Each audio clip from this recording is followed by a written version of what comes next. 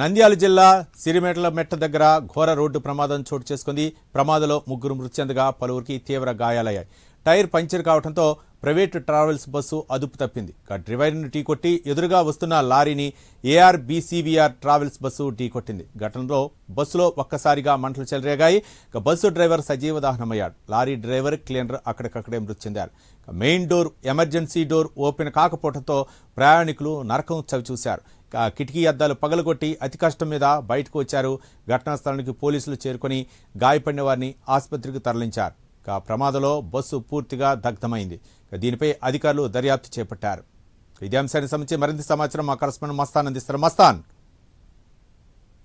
రవి, ఈ నంద్యాల జిల్లా సిరివెల్లమెట్ట దగ్గర అయితే ఘోరం చోటు చేసుకుంది. అదే ఒకే బస్సులో 36 మంది ప్రయాణిస్తున్న బస్సు అయితే కనుక అదుపు తప్పి ఎదురుగా వస్తున్న కంటైనర్ అయితే ఢీకొన్న పరిస్థితి అయితే కనుక కనిపిస్తుంది. అక్కడికక్కడే ముగ్గురు అయితే కనుక అగ్గికి ఆహుతైన పరిస్థితి అయితే నెలకొనుంది. అదే విధంగా ఏదైతే కనుక ఆ బస్సు పంచర్ టైర్ పేలడంతోనే ఈ ప్రమాదం జరిగినట్టు కూడా కొంతమంది చెప్తున్నారు. మరి కొంతమంది అయితే కనుక నిద్రమత్తులోనే డ్రైవర్ నిర్లక్ష్యం కారణం చేతనే ఈ ప్రమాదం జరిగిందంటూ కూడా చెప్తున్న పరిస్థితి.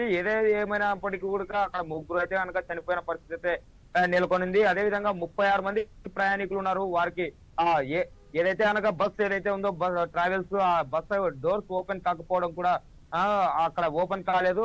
లాస్ట్ లో అక్కడ ఉన్న డ్రైవర్ అప్రమత్తమయ్యి అక్కడ వచ్చిన స్థానికులు సహాయంతో పూర్తిగా అద్దాలను అయితే బద్దలు కొట్టిన పరిస్థితి నెలకొనింది. వాటితోనే ఒక 5 నిమిషాల లోపలనే పూర్తిగా అందరినీ బస్సులో నుంచి ఖాళీ చేయించిన పరిస్థితి. ఖాళీ చేసిన వెంటనే పూర్తిగా బస్ కావచ్చు, అదే విధంగా ఎదురుగా వస్తున్న లారీ కంటైనర్ కావచ్చు, పూర్తిగా దగ్ధమైన పరిస్థితి. అదే కంటైనర్ లో బైక్ ఏదైతే కనుక బ్యాటరీ బైకులు ఉన్నాయో ఆ బైకులు కూడా పూర్తిగా ధ్వంసమైన పరిస్థితి అయితే కనిపిస్తుంది. ఆ తీవ్రత ఎంత శాతం ఉందో తెలుసుకోవచ్చు. ఆ కాలిన పరిస్థితి, ఆ పూర్తిగా బస్సు అయితే దగ్ధమైన పరిస్థితి కనిపిస్తుంది. అదే విధంగా ఈ ఘటనా స్థలానికి అయితే కనుక భూమా అఖిలప్రియ కావచ్చు, ఆర్లగడ్డ ఎమ్మెల్యే మరియు ఫరూక్ మంత్రి గారు పర్యవేక్షించారు. అక్కడైతే కనుక పూర్తిగా ఈ నేషనల్ హైవే అథారిటీ వారి నిర్లక్ష్యం కూడా కొంత ఉందని కూడా చెప్తున్న పరిస్థితి. గతంలో కూడా ఇలాంటి యాక్సిడెంట్లు భారీగా జరిగిన పరిస్థితి. ఆ సిరివెల్ల నుంచి అదే విధంగా చాకలమర్రి వరకు కూడా భారీ యాక్సిడెంట్ అయితే గతంలో కూడా చోటు చేస్తున్న పరిస్థితి కనుక నెలకొనింది. దీనిలను ఏదైతే బ్లాక్ స్పాట్స్ ఏవైతే ఉన్నాయో దాన్ని పూర్తిగా గుర్తించి నేషనల్ హైవే అథారిటీ వారు కూడా దీని మీద చర్యలు తీసుకోవాలని చెప్పి కూడా ఎమ్మెల్యే గారు మాట్లాడతామని కూడా చెప్పడం జరిగింది. అదే విధంగా ఫరూక్ గారు కూడా ఎమ్మెల్యే మంత్రి ఫరూక్ కూడా దీనిపై స్పందించారు.